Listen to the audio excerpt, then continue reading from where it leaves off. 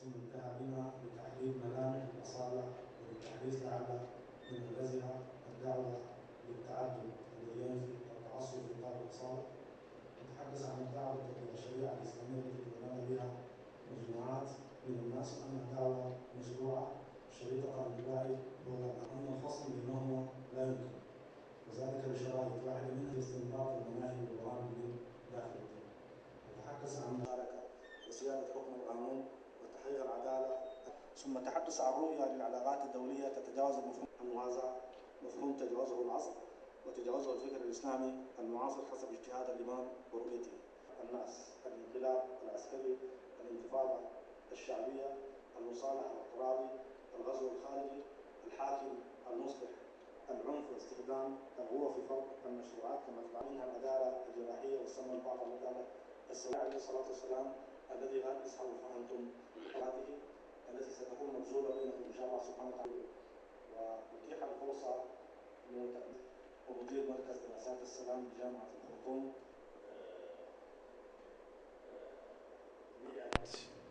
دورة لمنتدى يثرب الفكري. ويثرب طبعا فاد على الدكتور حيدر أنه يقول للناس يثرب دي وين. ربما يكونوا بعض الناس اللي بالذات ناس من درمان ما عارفين يثرب دي في الخرطوم وين يعني.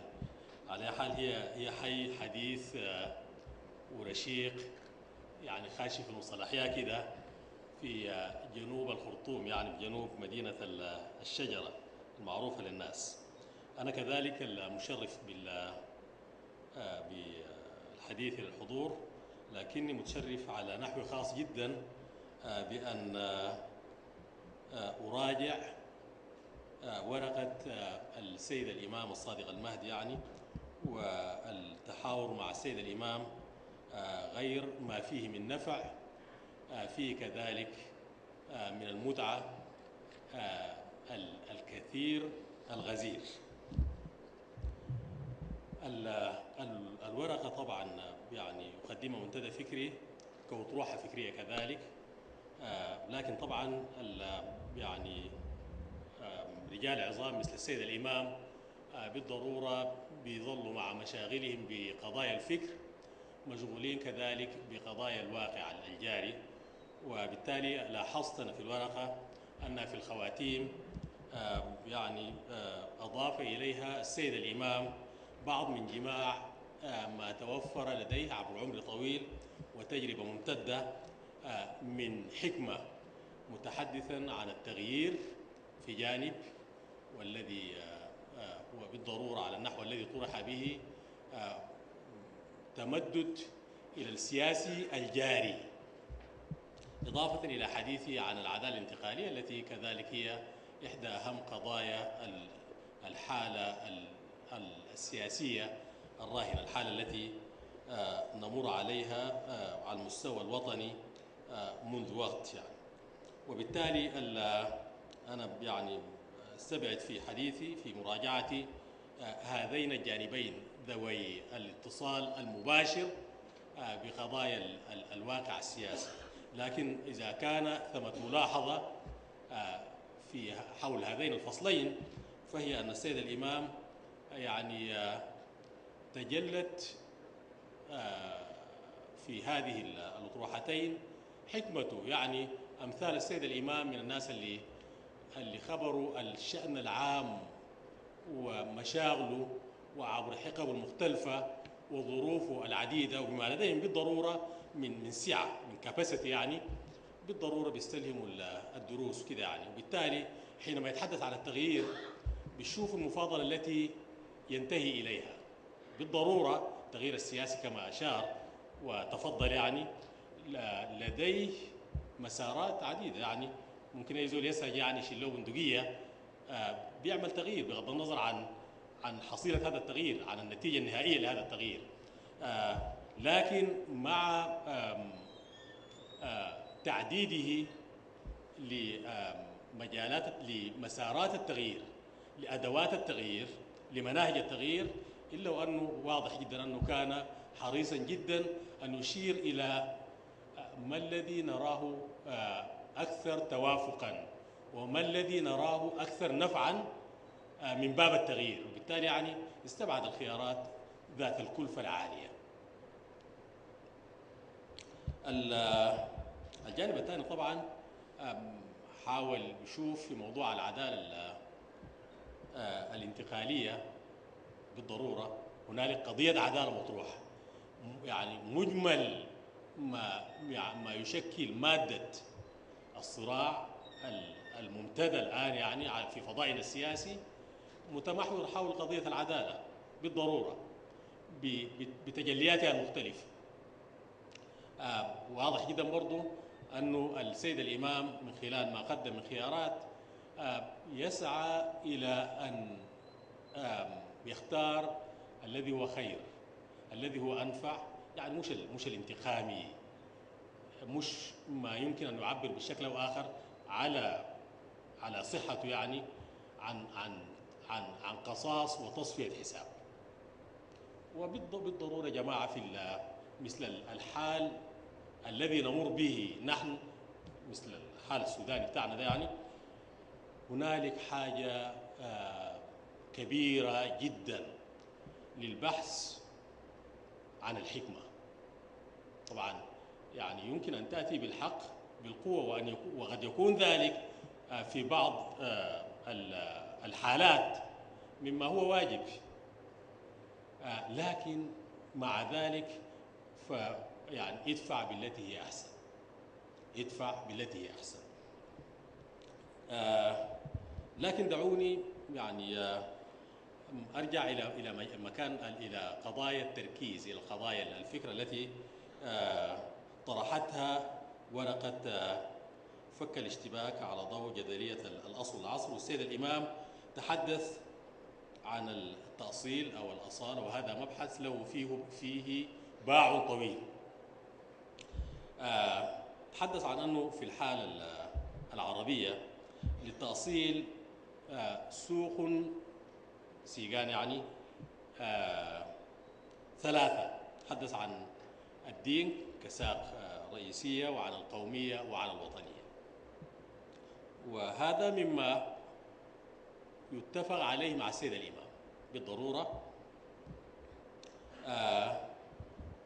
ولكن ربما تقدر أن هنالك جوانب أخرى كذلك لديها قوة مماثلة لقوة الدين والقومية والوطنية في تشكيل حالة الأصالة.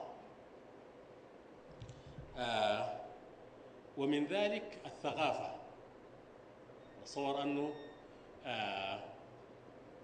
الثقافة تشكل قاعدة أساسية، تشكل أرضية تتشكل على سطحها وتستنبت في نفس الوقت ما يمكن أن نسميه الأصالة. طبعا الأصالة بالضرورة بتعتمد على ثقافة، وما يتأسس عليها بالتالي من بعد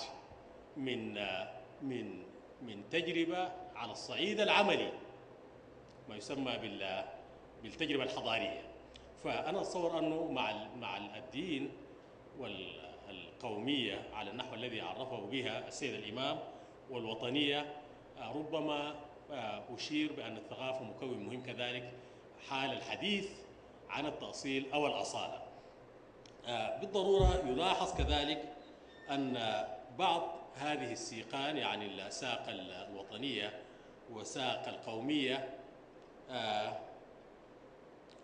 يكتنفهم الاثنين شيء من ضيق، يعني هي مواعين ليست ذات سعة كافية، هي مواعين ضيقة. يعني الوطنية يعني مش انكلوزيف، هي مع ذلك انكلوزيف طبعا في مدى محدد، لكنها كذلك اكسكلوزيف إذا تحدثنا عن وحدة الأصل الإنساني. وذلك ينطبق بدرجة كذلك ما على القومية. القومية برضو بيظل عندها، والسيد الإمام أشار إلى ذلك، يعني خاصة في إحدى تجلياتها، في إحدى أطروحاتها، لما تكون يعني قومية مؤسسة على العرق. بالتالي يعني مع القومية نجد أن وحدة الأصل الإنساني يعني تنكمش على جماعة، على قوم. هذا بالضرورة حينما ننظر إلى الدين بنلقى أن الدين حال الساعة، خاصة بتصور الدين بصفته فطرة الله التي فطر الناس عليها.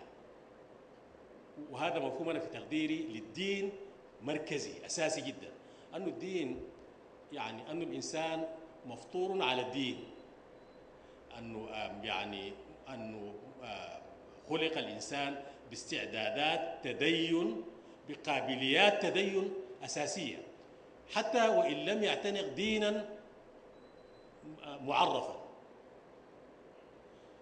وبالتالي يعني الدين نجده في حياة الإنسان أيا كان. يعني مثلا لما نشوف الآن هنالك موجة وسط يعني رأس المال الغربي بيقودوها بعض رموز الرأسمالية الغربية المعاصرين، يعني ناس بوفيت، ناس بيل جيتس وآخرين بيتحدثوا عن الخيرية، عن الفيلانثروبي، عن فعل الخير، عن الإنفاق، يسموه أحيانا المسؤولية الاجتماعية إلى آخره إلى آخره. هؤلاء ليسوا بالضرورة متدينين، بمعنى أنهم وإن كانوا معتنقي دين لكنهم مش ريليجيوس، ما بالضرورة بيمشوا الكنيسة مثلا إذا كانوا مسيحيين في أي من الطوائف المسيحية، وما بالضرورة بيمشوا السيناغوج مثلا إذا كانوا يهود، لكن مع ذلك لديهم الآن التزام قوي جدا، ويديرون حملات بناء على هذا الالتزام من أجل تخصيص حصص مهمة مما استجمعوا من ثروات للإنفاق. نفس الكونسبت الموجود في الأديان عموما، في الإسلام طبعا يعني مفهوم الإنفاق مفهوم مركزي جدا كذلك. أنا في تقديري أنه هذا يعني أحد تجليات الفطرة التي هي وجه الدين، هي وجه الدين. وبالتالي الدين بمعنى الفطرة هو انكلوزيف مش اكسكلوزيف. بعض الناس يقول لك الدين يفرغ، صحيح، يعني بعض محاولات تطبيق الدين في سياقات وطنية أو ما وراء وطنية تخلق إشكالات بالضرورة، ويجب أن يعترف بذلك، ويجب أن يبحث عن حلول لذلك. الناس تتحدث عن التنوع يعني على النحو الذي ورد وعلى النحو المعلوم للحاضرين الكرام وكذا يعني، لكن الدين مع كونه الفطرة، وكذلك يعني الأديان موجات مش كده، يعني موجة اليهودية، موجة المسيحية، موجة الإسلام، والأديان يكمل بعضها بعضا.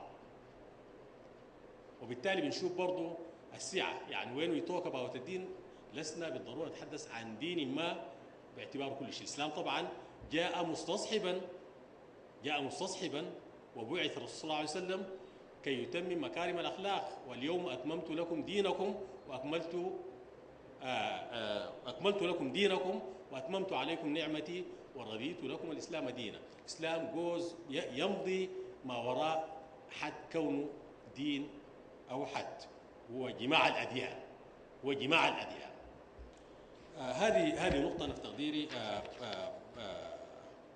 ربما يعني استعنا بها في استكمال ما طرحه السيد الإمام في الجانب المتعلق بالسيقان التي تقف عليها الأصالة أو التأصيل.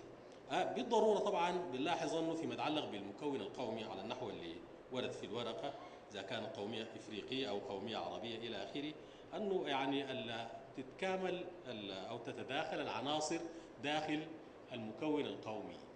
يعني شوف طبعا جملة عناصر تشكل في مجملها الحالة التي نسميها القومية، يعني مثل الدين، مثل الثقافة أو اللون أو اللغة إلى آخره. طبعا في بعض الأحيان يتداخل الدين مع القومية، يعني بعض مدارس القوميين العرب ترى في الإسلام مرجعية للقومية، باعتبار أن الإسلام كدين هو ثقافة كذلك، وأن القومية العربية ثقافتها هي الثقافة الإسلامية. فيما يتصل بالتأصيل الديني في نسخة المسيحية، المسيحية يعني تقدمت لكي تجد لها دورا في الفضاء العام بجانب ما أشار له السيد الإمام فيما يتعلق بتقدم المسيحية للبحث عن دور تبشيري. بالضرورة هذا يعني وجد ارتباط ما بين المسيحية التي ينظر إليها باعتبار أنها برايفت أفير، هي شأن خاص، يعني العبد وربه، إلا وأنه يعني تمدد الانخراط المسيحي إلى ما هو عام كذلك بذلك، وكذلك الحاجة لحماية العصبية المسيحية، حماية الكيان المسيحي كما اسمه السيد الإمام. لكن يعني هنالك كذلك تجليات أخرى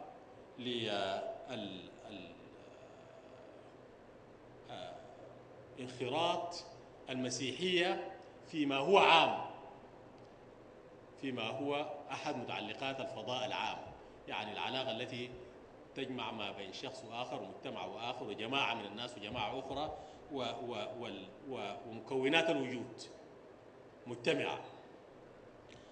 لكن أنا يعني أشير إلى نقطة هنا مهمة، هي أنه حينما نشأ الإصلاح في الكنيسة، ما يسمى بالريفورميشن في القرن السادس عشر في أوروبا طبعا بالضرورة، الإصلاح مع عوامل أخرى كذلك في تلك المرحلة قاموا فرقوا ما يعرف بالعلمانية.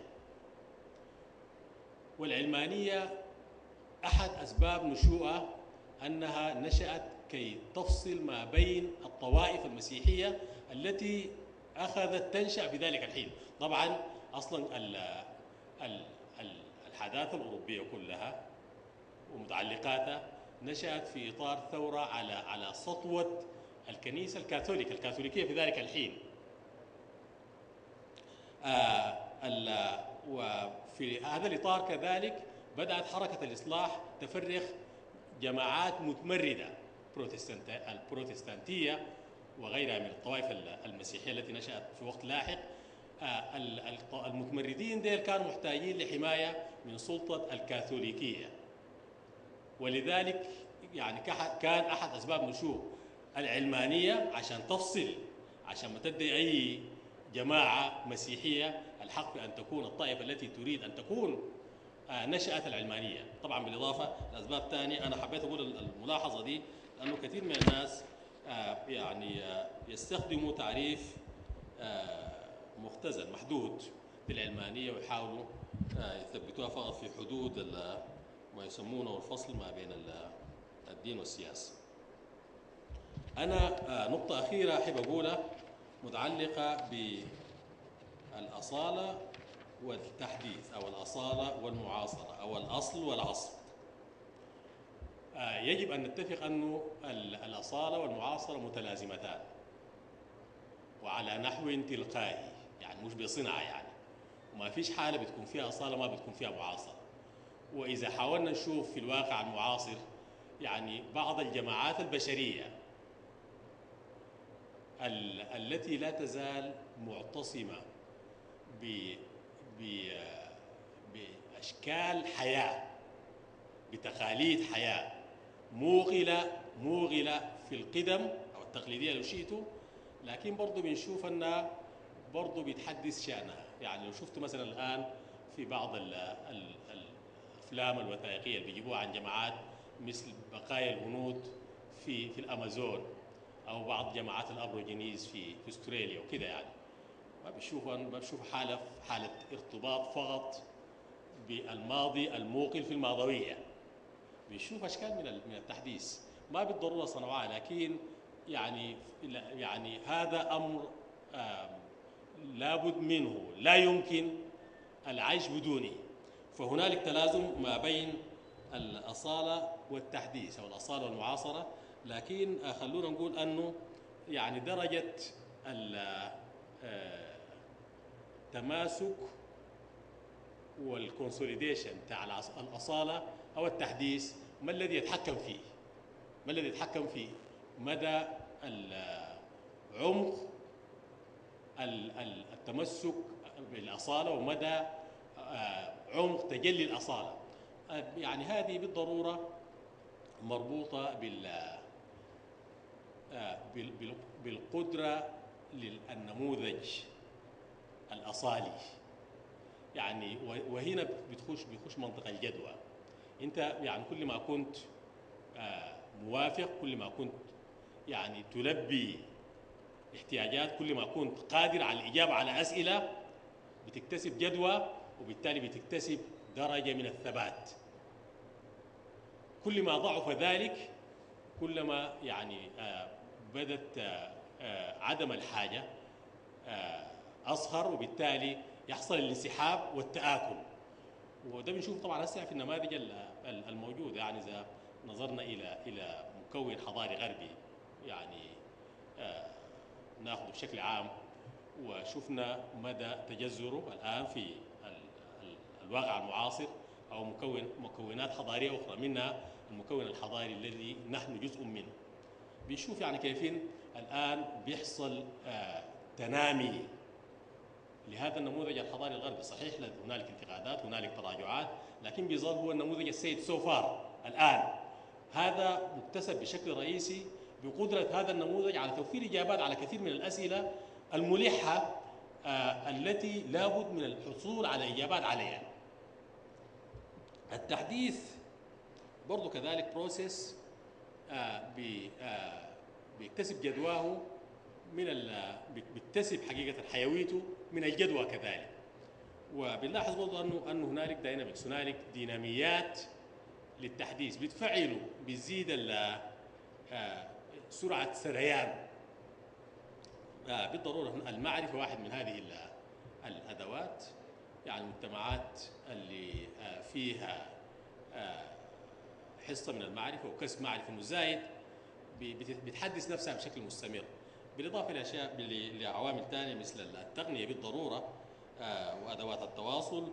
الاقتصاد العولمي الحديث بالضرورة يعني يساهم في تعزيز عمليات التحديث الحضارية، الانتقال من المجتمعات شبه الأولية، يعني في البادية وفي الريف وكده، إلى مجتمعات مركبة حديثة، هي مجتمعات حضارية، مجتمعات مدن. كل هذه هي آليات تعمل على تعزيز حالة التحديث في المجتمع المعين وكده. يعني أنا في بوينت أخيرة أقولها خاصة بالكونية، أو ما يسمى في الخطاب المعاصر بالعولمة. العولمة يبدو أنها تعمل في الاتجاهين فيما يتعلق بموضوع الأصالة، يعني جنبا إلى جنب الدين والقومية والوطنية والثقافة إلى آخره. العولمة في حالة أصالية، على الأصالة الجدوى فيها قوية، تتمدد الأصالة، هذه الأصالة في ظل العولمة، يعني مثل تمدد الحضارة الغربية ما وراء الجغرافيا الغربية بالجدوى. بالتالي يعني تعطى الليبل بتاعت العولمة الحضارة الغربية نفسها. طبعا بيحصل لها تكوين بمعنى يونيفرساليزيشن، كوننا. في حالات أخرى العولمة بتسحب، يعني الحضارات تعاني أحوال وهن، العولمة بتخصم منها، لأن باستمرار هنالك استقطاب عكسي هي بتخسر منه، بيسبب ذلك انكماش لها. وأنا في تقديري أنه بحث موضوع الأصالة والتحديث بالضرورة يأخذ في الحساب عامل الكونية أو العولمة. شكرا جزيلا. شكرا دكتور محمد على تطروحات الدكتوراه، ومشغول جدا في المسجات. أنا شاكرة جدا لمنتدى يثرب هذه الدعوة. والحقيقة يا فتح العليم يعني أكثر من انشغالي بأطروحة الدكتوراه إنه ممكن أكون في يعني ما جميل، يعني بمعنى إنه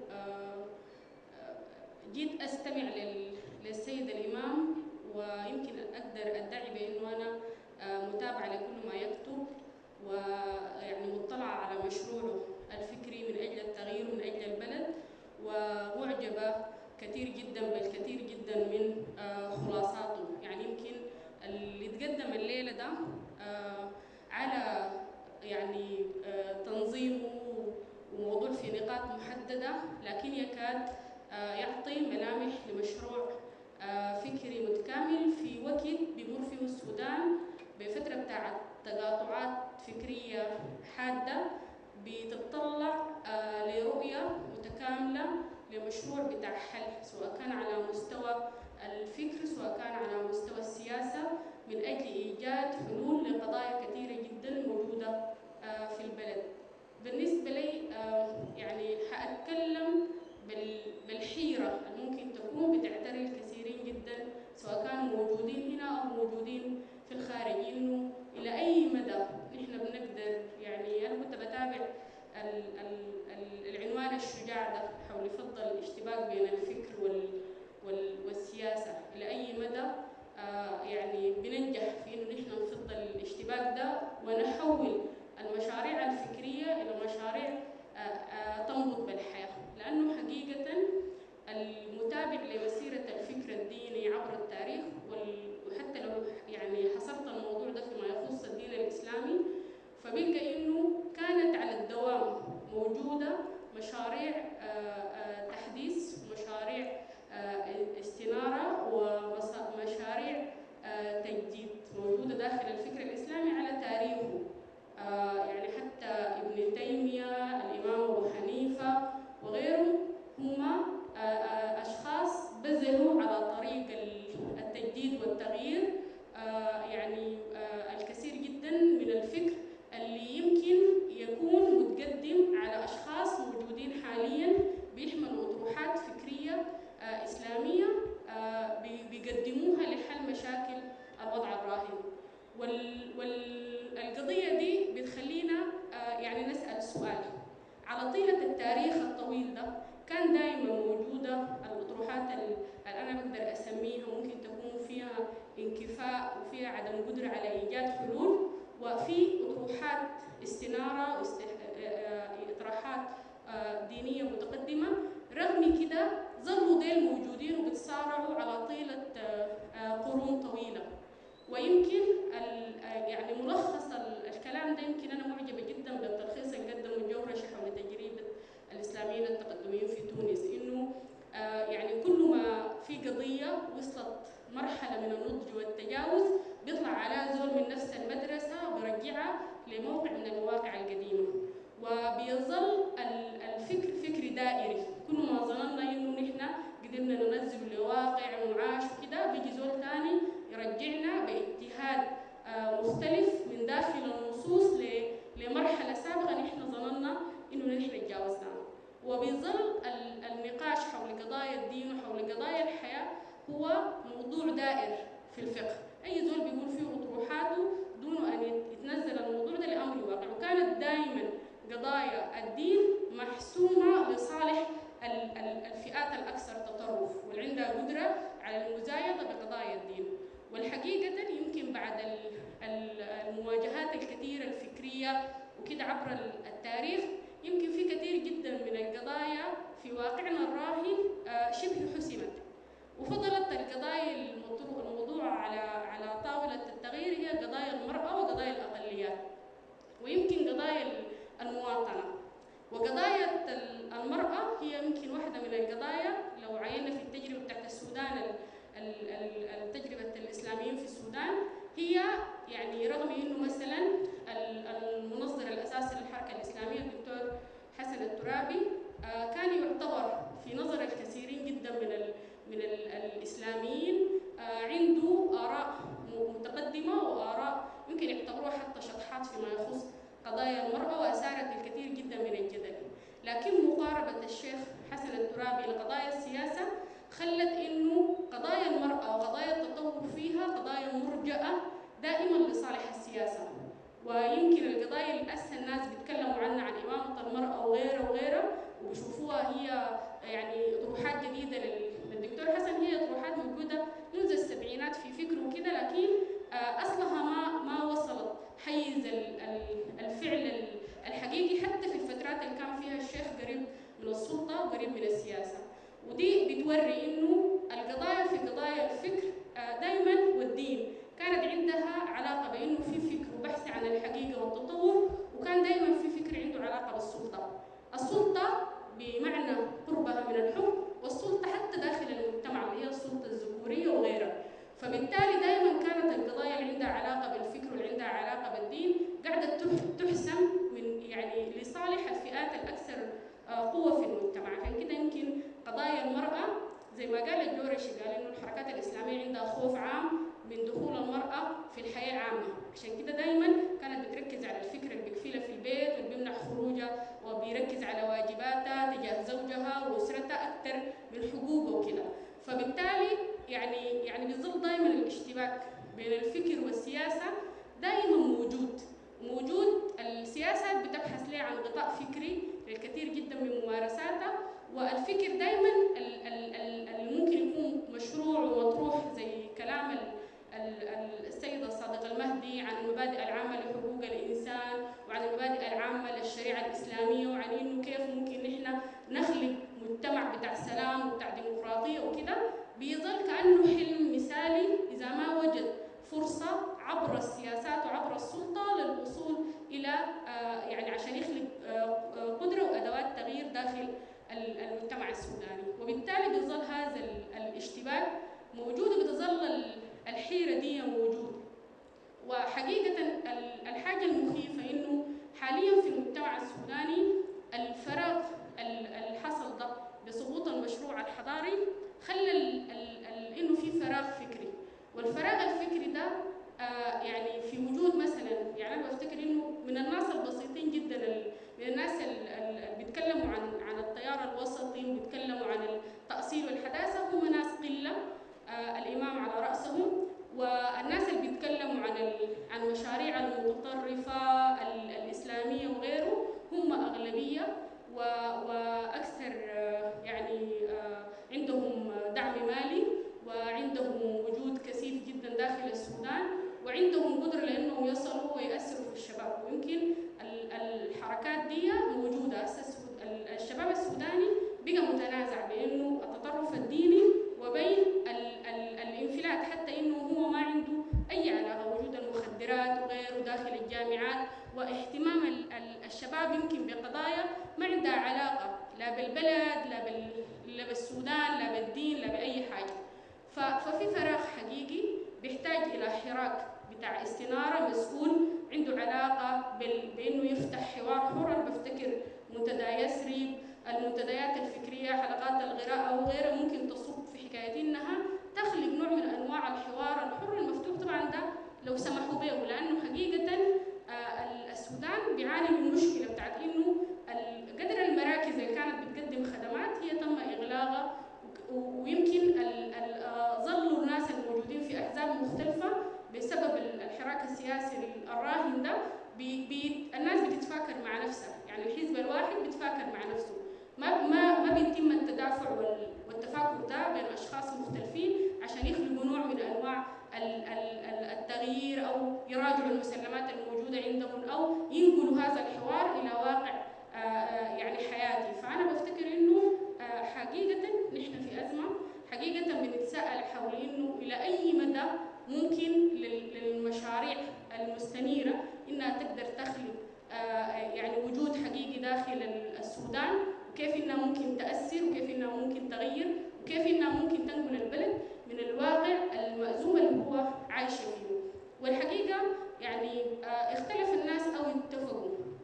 الدين عنده قدرة أساسية على جمع الناس حوله، على خلق حركات بتاع التغيير داخل المجتمعات. يعني لو عاينا مثلا يعني في علم النفس الأنثروبولوجي في كلام عن إنه مجموعات من مجتمعات الهنود الحمر دي كان فيها شيخ القبيلة يعني بيقوم بالصيد هو والفرسان الموجودين في القبيلة، وده كان لحد كبير بيخلق معاني الرجولة ومعاني القيم والمرجعيات الأخلاقية داخل القبيلة.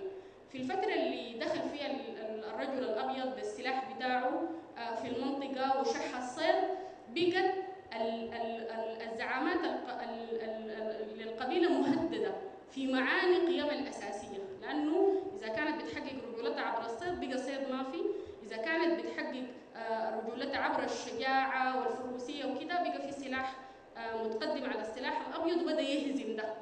الحصل إنه حصل نوع من أنواع التفكك داخل المجتمع وضاعت يعني النسق القيمي داخل المجتمع، وبقوا يمكن شيوخ القبيلة قاعدين بيدمنوا على الحشيش وعلى المواد المخدرة الموجودة، وحصل حركة بتاعت انهيار لأكثر من 100 عام لحد ما جات حركة بتاعت إصلاح ديني غيرت القيم والنسق القيمي الموجود داخل المجتمع، كانت بتنادي بقيم مختلفة، قيم قايمة على مثلا الزراعة وقيم مناهضة للقيم بتاعت المجتمع القديم. والحركة دي نهضت بالمجتمع من أول وجديد وأوجدت نسق قيمي مختلف.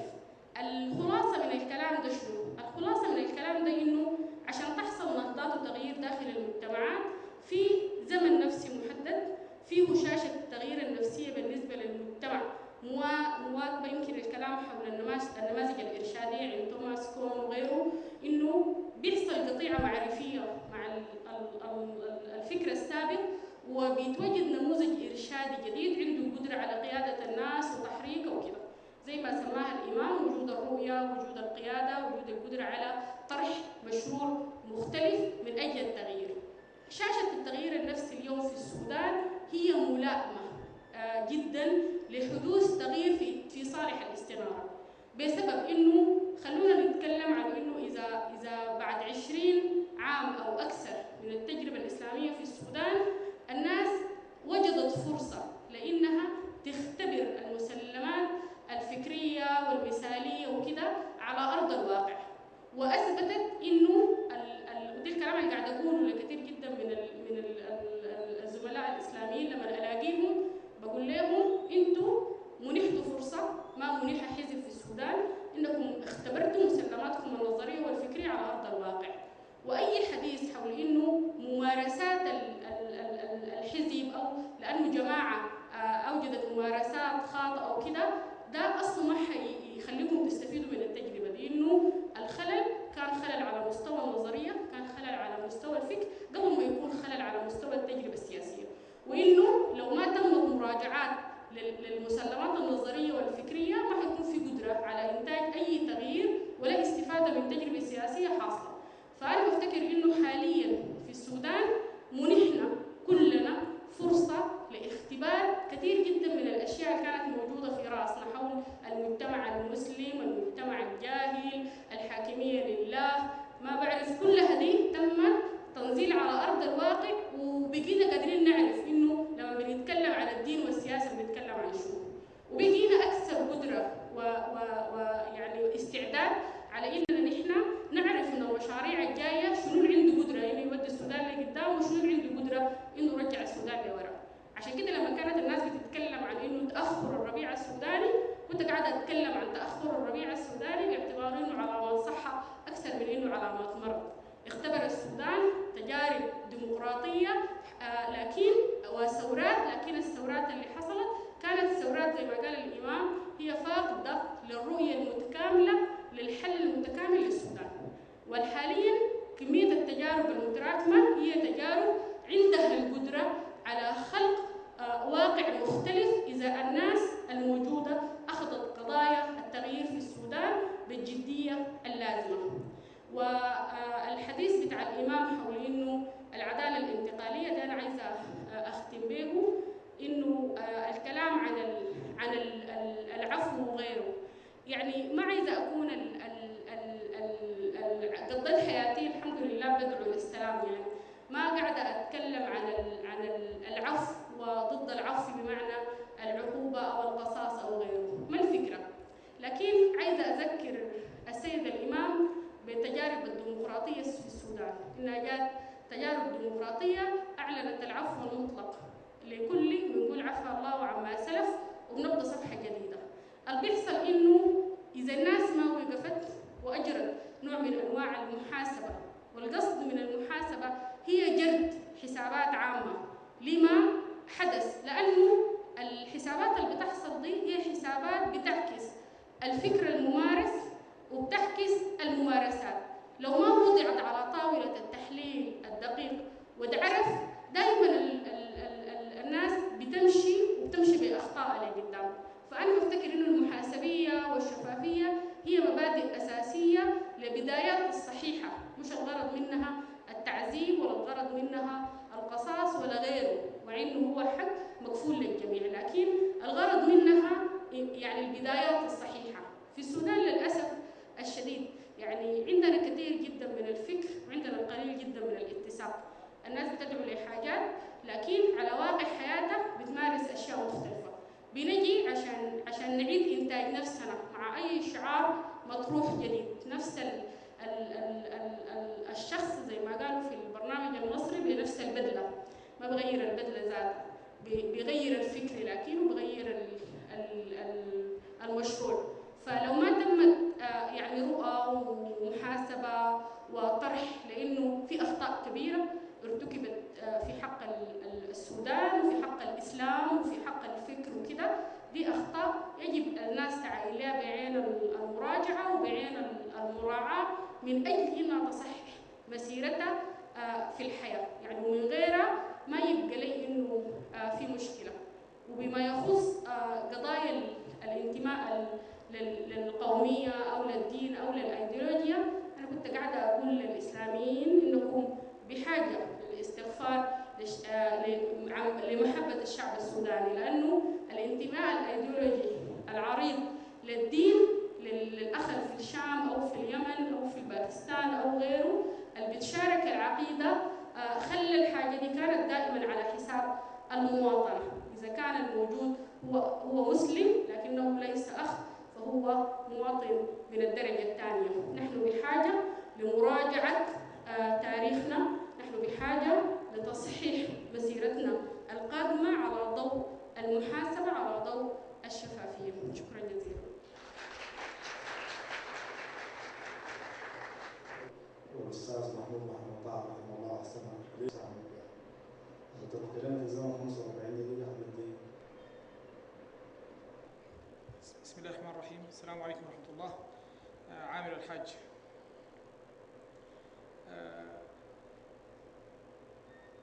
شكرا جزيلا للسيد الصاغ المهدي، وشكرا لمنتدى يثرب والتهنئة لهم في مقامهم هذا.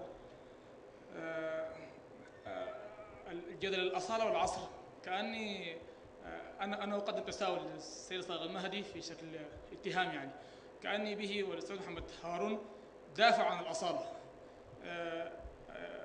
دعني أزعم يعني إنه مسيرة التاريخ الإنساني كلها هي مسيرة حداثة، يعني هي مسيرة خروج من القديم إلى حديث إلى جديد دائما.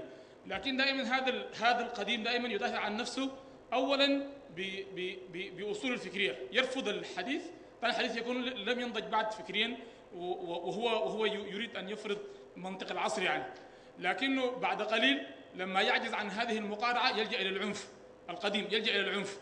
لكن برضو السنة يعني بتشتغل، والحديث الحديث والجديد ده بيكتسب قوة أكبر، حتى في العنف بيكون عنفه أكبر، فيلجأ القديم إلى أنه يرجع تاني إلى الادعاء الفكري، فيحاول أن يعمل حاجتين مع بعض. الحاجة الأولى أنه يثبت القديم، الجمود القديم ذاته، ويسلب من الجديد حججه، يعني يتكلم بنفس اللغة الجديد، بنفس الحرية، بنفس اللغة الجديدة، لكنه يثبت القديم.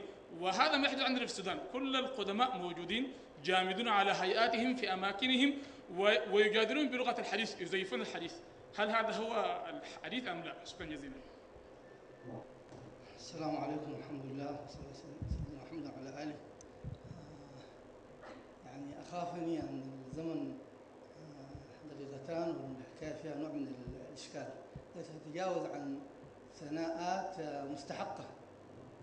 وأقيم من أبرز ما يمكن أن يثنى به على مقدم المحاضرة هو هذا الاشتباك. أنا أقول إقامة الاشتباك، إلا الاشتباك فيه اشتباك عسكري ولا اشتباك صدامي معليش، لكن الاشتباك مع التشابك وكذا، يعني الاشتباك القائم بين السيد الصادق باعتباره مفكرا وسياسيا.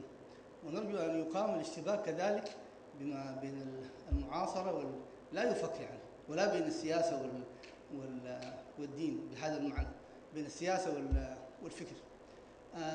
أقول إنه الحقيقة يعني أنا كنت أرجو لو كان في مقابلات أن يقال بين الحداثة أو حداثة مذهب، لكن التحديث والأصولية.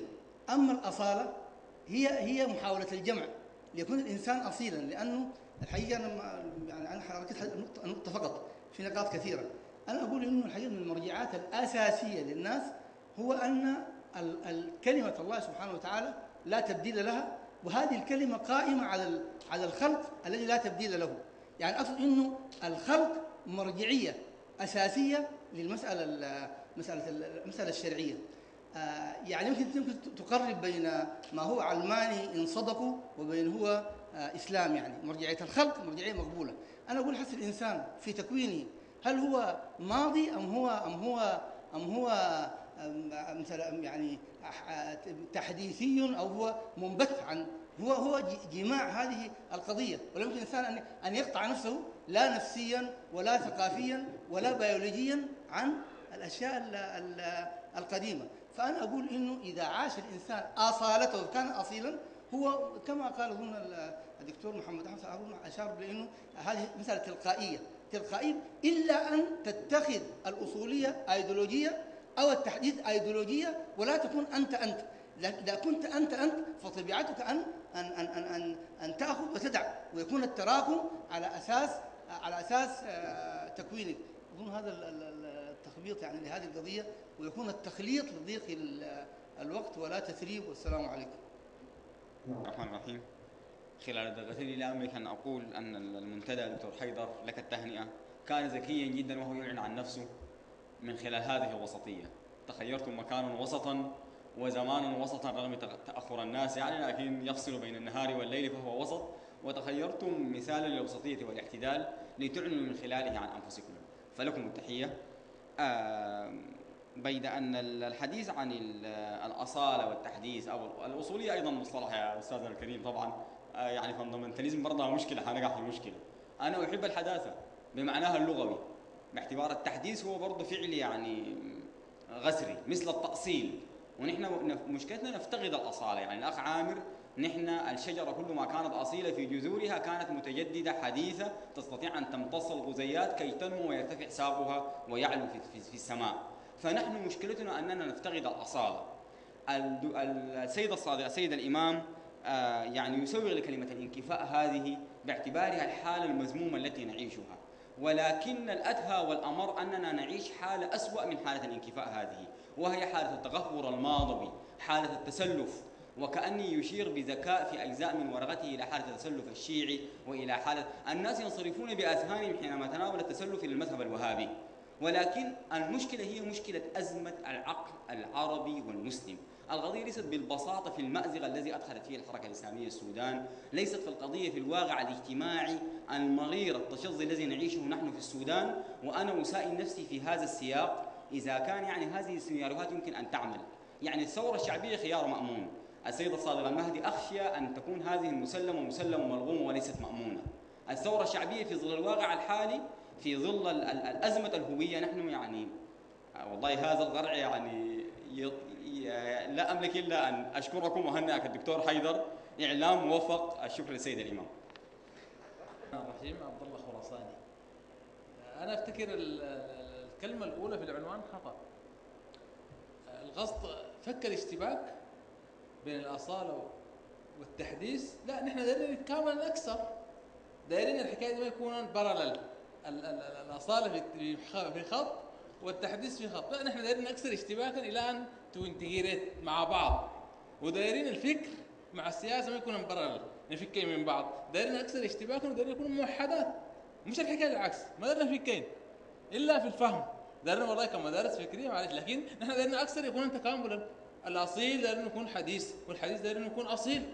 دايرين السياسي يكون مفكر، والفكر المفكر يكون سياسي. الاثنين يشتبكن أكثر إلى to be integrated، ما يكون كومبارمنتال كل واحد في محل. دايرين أكثر انتجريتن بين الاثنين. شكرا لكم. بسم الله الرحمن الرحيم. شكرا جزيلا. حديث السيد الصادق عن الإفريقانية وأمثلتها القديمة حديث مهم، ولكن الأهم منه كأن الإفريقانية الآن تتجلى وتتجدد أكثر ما تكون في السودان.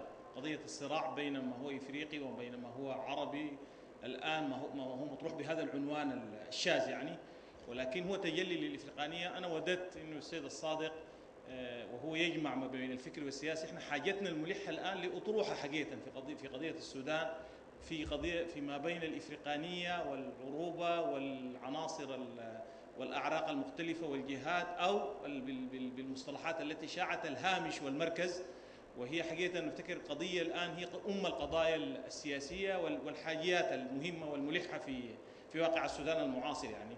وهي ما في شك أيضا عندها استلاف من بعض النظريات الفكرية المعاصرة يعني، لأنه الهامش والمركز والإفريقانية برضو عندها علاقة بقضية الاشتراكية والماركسية الجديدة يعني في بعض الأطروحات المتأخرة يعني.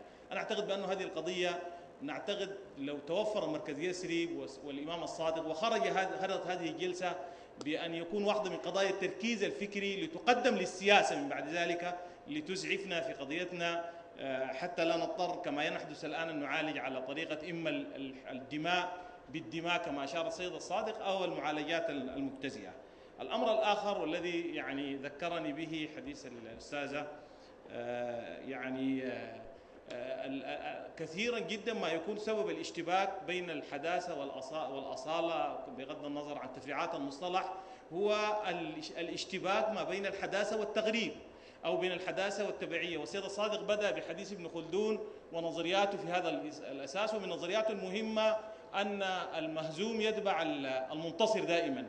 كثير جدا من دعوات الحداثة تختلط اختلاطا مريبا ومشبوها حتى في كثير من الأحيان بقضايا التبعية، خاصة ونحن أطروحات حقوق الإنسان وأطروحات المرأة وأطروحات الديمقراطية وغيرها من أطروحات الكرامة مشتبكة جدا مع الغرب الانتهازي في كثير من الأحيان، والغرب الظالم أحيانا كثيرا جدا، والغرب في جوانب الاقتصاد أو في السياسة. ولذلك أنا أعتقد بأن واحدة من مشكلات الحداثيين أيضا أنهم يختلطوا بلبوس يعني تخلط على الناس المفاهيم كثيرا جدا. ولذلك مثل ما أن هنالك تطرف وتخلف إسلامي معترف به طبعا ومؤكد، كذلك هنالك تطرف وتخلف من الجانب الآخر يرجع للقضايا فيها التباس على كثير من الناس، ما بين ما هو أصيل في القضايا الإنسانية والقيمية وما بين ما هو مرتبط بتجليات ورعايات يعني من جهات معينة في الدنيا. شكرا جزيلا. السلام عليكم ورحمة الله. شكرا الكثير للسيد الإمام وللسادة المعقبين وللسادة الحضور. عبد الحليم زين العابدين منتدى يسرب الفكري وكذا. داير اتكلم عن الورقة اللي ذكر السيد الإمام في إطارين. الإطار الأول الثلاثية المذكورة في العنوان بتاعت الفكرة كأداة والأصالة كتاريخ والتحديث كواقع أو الحداثة لو إن شئنا سمينا عمل الثلاثة أو الثلاثية دي في قضية الدين والقومية والوطنية في تشابه كبير جدا. الثلاثيتين ديل ممكن نعاين لهم بأنه أزمات الأمة الإسلامية الحاضرة ما بتنفصل عن هذه القضايا، لكن محتاجة لتفصيل كبير. ورقة السيد الإمام بدأت بفكرة وانتهت بأدوات بتاع التنفيذ للفكرة دي، لكن أنا برى إنه في تعقيد كبير جدا في التعاطي مع القضايا دي.